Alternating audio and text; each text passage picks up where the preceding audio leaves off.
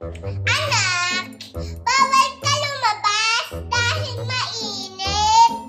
Baka ka kasi magkasakit. Apa, pero lalabas pa din ako. Ang saya maglaro, ayaw ko na pumasok. Ayaw ko na pumasok. Gusto ko, naglaro na laan. Ang sarap!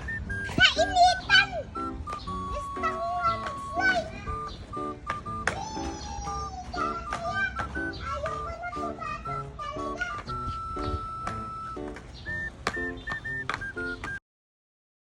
A few moments later. Ang sakit ng ulo ko. Oh, ayan, hindi ka kasi nakikinig kaya sumakit ang ulo mo. Sorry po, inay, hindi na po mauulit. Okay lang, basta tandaan mo. Kinig sa magulang para iwas sa sakit. Ang batang marunong makinig ay laging ligtas at malusog.